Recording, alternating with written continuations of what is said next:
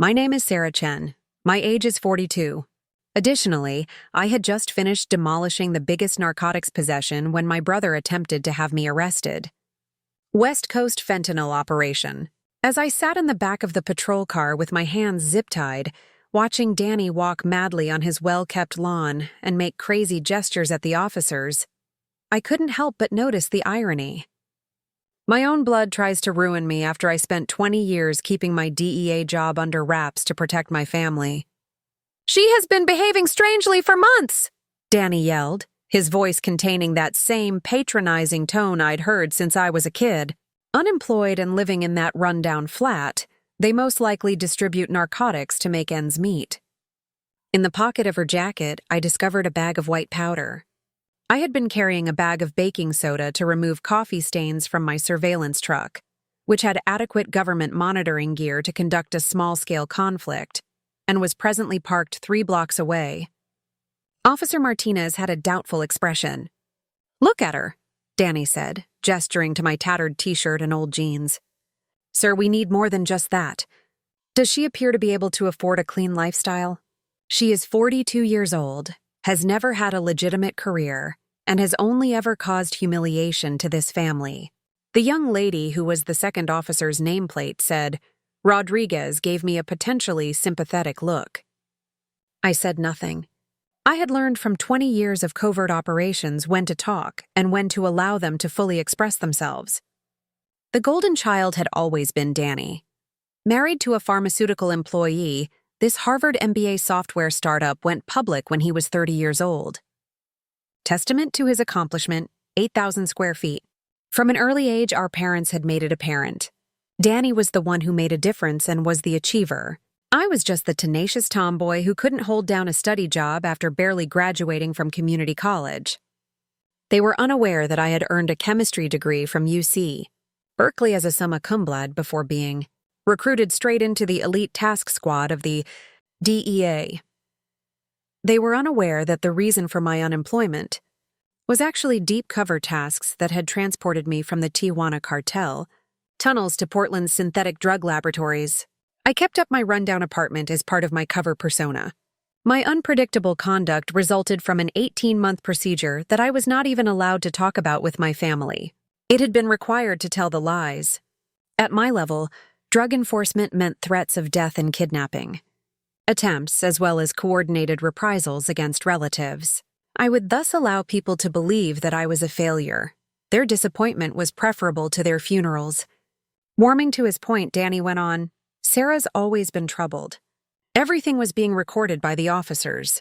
Dropped out of college, was unable to maintain employment, and most likely has mental health issues. Problems. I mean, take a look at her lifestyle." For months, he had been preparing for this moment. Since our father passed away and gave me an equal portion of his property, Danny had been advocating for a hearing on competency.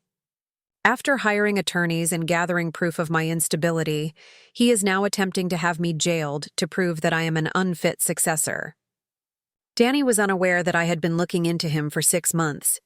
A standard financial study of a target's affiliates was the first step.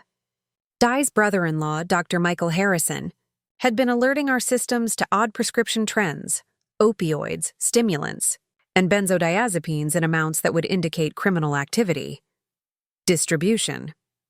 Upon further investigation, I discovered the link to Di's business, a patient management program that was in fact coordinating pill mill operations over 3 states. More than 200 overdose deaths were caused by the prescription drug trafficking network that my own brother was operating. There was evidence in an encrypted drive in the pocket of my jacket, the same jacket Danny said had drugs in it. Finally, Martinez stated, "I think we should take her in. Run some tests and let her sober up." Tests. Rodriguez studied her iPad and said, "Wait. For the record, ma'am, could you please state your entire name?" "Michelle Sarah Chen." She scowled at her screen before turning to face her partner. They moved aside to have a private discussion. Danny held on to he was pacing, looking at his Rolex, and most likely figuring out how fast he could get me committed and submit paperwork to challenge the will. Rodriguez came over to me once more. "Ma'am, we must make sure for sure. Some details." Are you able to produce identification? I gestured to the pocket of my jacket. Federal ID left inside pocket. Danny laughed. Federal identification? Now what is she saying? That she works for the FBI. Rodriguez carefully took the leather credentials case out of my pocket. Her face completely transformed when she opened it. Martinez's eyes widened as he saw it. Rodriguez addressed Danny as Sir, her tone abruptly formal. You must take a back seat. What? Why? What's happening? Martinez was talking quietly and quickly on his radio. I caught pieces. DEA agents and federal agents require immediate supervision. Dai started to lose his self-assurance. It's most likely a hoax. She had the option to purchase that online. Or Rodriguez. Mr. Chen stopped. Kindly move away from the car. She is my sister, though. You got my call. It is she who now moves away from the car. 2 additional police cars pulled up in a matter of minutes, then a black SUV that I instantly recognized. Victoria Reyes, special agent in charge, came outside with a somber attitude. 2 federal marshals and our task force's Agent Thompson followed her. With all the bluster gone, Danny was simply withdrawing toward his house. I have no idea what's going on. Sarah is not employed by the government. She does not have a job. She resides in housing that is subsidized. Sac Reyes went up to the patrol vehicle. Are you hurt, Agent Chen? No, ma'am. Simply restrained. Rodriguez swiftly cut my zip ties after she nodded. Reyes turned to face me as I stood up and smoothed my jacket. Danny. Daniel Chen, Mr. Yes, but it's unclear to me. You've been arrested for money laundering, running an ongoing criminal business, and conspiring to distribute controlled narcotics. The right to silence is yours. A significant change occurred in Danny's face. Bewilderment, incredulity, terror, and eventually understanding as the federal marshals in handcuffs drew closer. Sarah. The dominating tone he had used when attempting to have me arrested had vanished, and his voice was now tiny. Hey, Sarah, what's going on? I stared at him for a while. Moment. My younger brother, who used to construct blanket forts with me and wept when I went off to college, had somehow turned into a man who was prepared to ruin lives to get money. Danny, I've been a DEA agent for 20 years. Additionally, Operation Clean House is aimed at you. His legs failed him.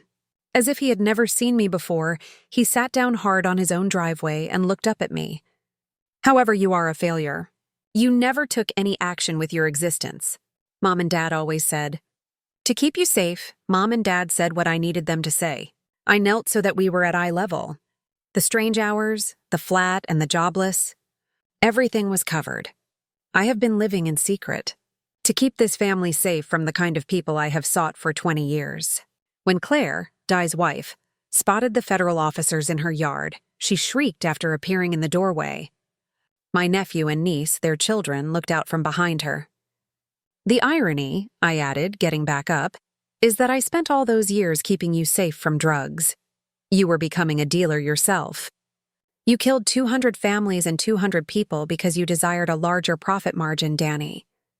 When the marshals hoisted him up, Danny cast a helpless glance about.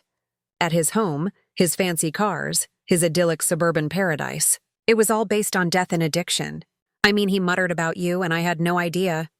I believed, Sarah, God, you seemed insignificant to me. I understand, I stated plainly. That was the idea. The federal transport vehicle was filled with him.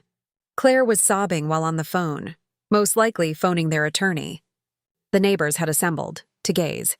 Everyone who had admired and envied Danny was watching live as his ideal existence fell apart. I was approached by SAC Reyes as the convoy was ready to depart. Well done, Chen. Tidy operation. Thank you, ma'am. Take a break. It was a personal one. It couldn't have been that simple. She was correct. I've allowed my family to view me as a letdown for 20 years. I've missed family gatherings and holidays for 20 years to shield others from predators like my own brother. And now this, Justice's bittersweet satisfaction served by the failure of the family that they had never bothered to see in detail.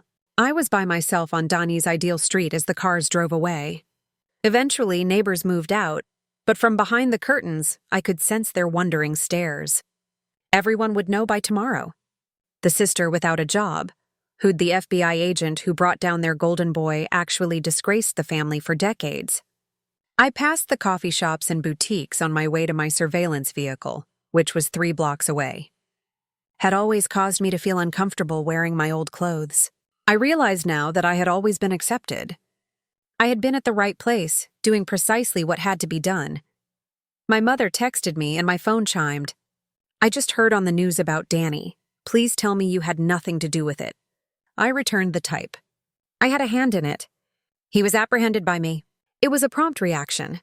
"What are you saying?" "You're not a law enforcement officer." "Mom, I've been with the DEA for 20 years, senior special agent. Because of security procedures, I was unable to tell you." 3 dots repeatedly emerged and vanished. At last, 20 years. 20 years. Another long silence. "Your father would have been really proud of you then." After that, I sat in my vehicle for a while, watching the sun set over the city I had defended for 20 years.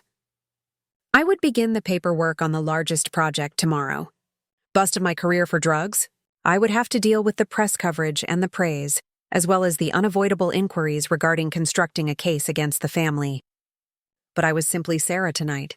Chen, 42, is at last able to be what I had always been, just that. Someone who committed her life to defending others, even when other individuals believed she was nothing. The family's failure had evolved into out to defend the family. Additionally, it felt for the first time in 20 years like enough.